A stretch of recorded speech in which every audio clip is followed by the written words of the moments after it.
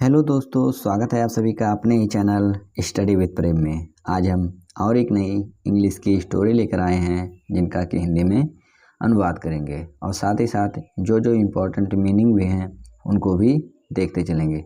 तो चलिए शुरू करते हैं। आज की कहानी है द बंडल ऑफ स्टिक्स, यानी कि लकड़ियों का बंडल या फिर गट्ठर, लकड़ियों का गट्ठर। वंस यानी एक बार, there lived an old man, एक बूढ़ा आदमी रहता था। एक बार एक बूढ़ा आदमी रहता था। हु हैड 3 सन, जिसके 3 बेटे थे। दे वर्क हार्ड, वे कठिन परिश्रम करते थे।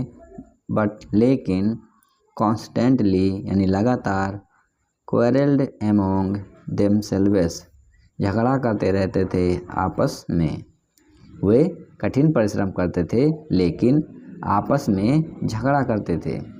सिंस, चूँकि दे केप्ट फाइटिंग, वे लड़ते रहते थे।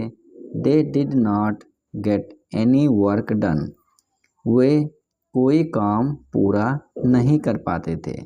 यानी कि सिंस दे केप्ट फाइटिंग, यानी कि चूँकि वे लड़ते रहते थे। They did not get any work done, वे कोई काम को पूरा नहीं कर पाते थे। वन डे, एक दिन, द फादर, पिताजी, गेव ईच ऑफ देम, यानी प्रत्येक को दिया, आ स्टिक, एक छड़ी। एक दिन पिताजी ने प्रत्येक को एक छड़ी दी। एंड आस्क्ड देम, और उनसे कहा, टू ब्रेक इट, इसे तोड़े, और इसे तोड़ने को कहा।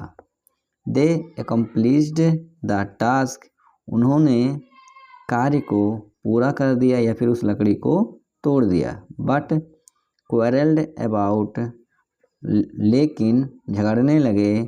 अबाउट यानी को लेकर। हु फिनिश्ड इट फर्स्ट, इस यानी कि किसने पहले ख़त्म किया, यानी कि वे इस बात पर झगड़ा करने लगे कि पहले किसने इस कार्य को ख़त्म किया। द ओल्ड मैन, यानी कि वह बूढ़ा आदमी, टोल्ड देम, उन्हें बताया, टू स्टॉप क्वेरलिंग, यानी कि झगड़ा ना करने। यानी कि उस बूढ़े आदमी ने उनको झगड़ा रोकने के लिए कहा। ही देन, फिर उसने, gave them a bundle of stick, फिर उसने उनको एक बंडल यानी कि एक गट्ठर लकड़ी का दिया। एंड, और आस्क्ड देम, और उनसे कहा, टू ट्राई, कि प्रयास करें, टू ब्रेक इट, इसे तोड़ने का, और इसे तोड़ने का प्रयास करें, उन्होंने ऐसा कहा।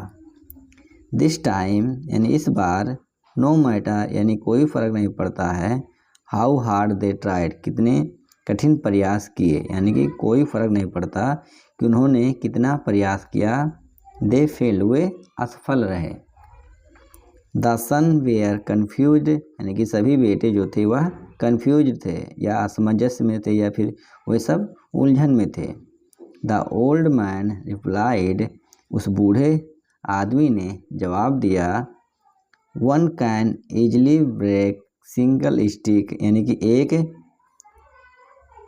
एक जो है कैन, यानी कि एक अकेला या फिर एक कर सकता है, इजली यानी आसानी से, ब्रेक यानी कि तोड़ना, आ सिंगल स्टिक, यानी कि एक इस अकेले सिंगल लकड़ी को तोड़ सकता है। बट नेवर आ बंडल, लेकिन एक बंडल को कभी नहीं, यानी कि एक लकड़ी को कोई भी तोड़ सकता है लेकिन एक बंडल को कोई नहीं।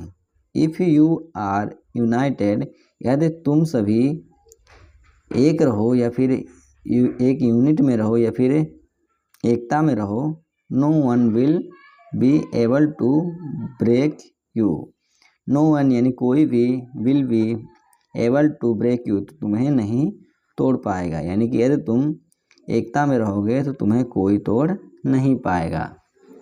द सन्स अंडरस्टूड, बेटे समझ गए, यानी कि वे बेटे समझ गए। एंड प्रोमिस्ड, और वादा किया, टू स्टे यूनाइटेड, यानी कि एकता में ठहरने का या फिर एकता में रहने का, यानी कि उनके बेटे समझ गए और एकता में रहने का वादा किया।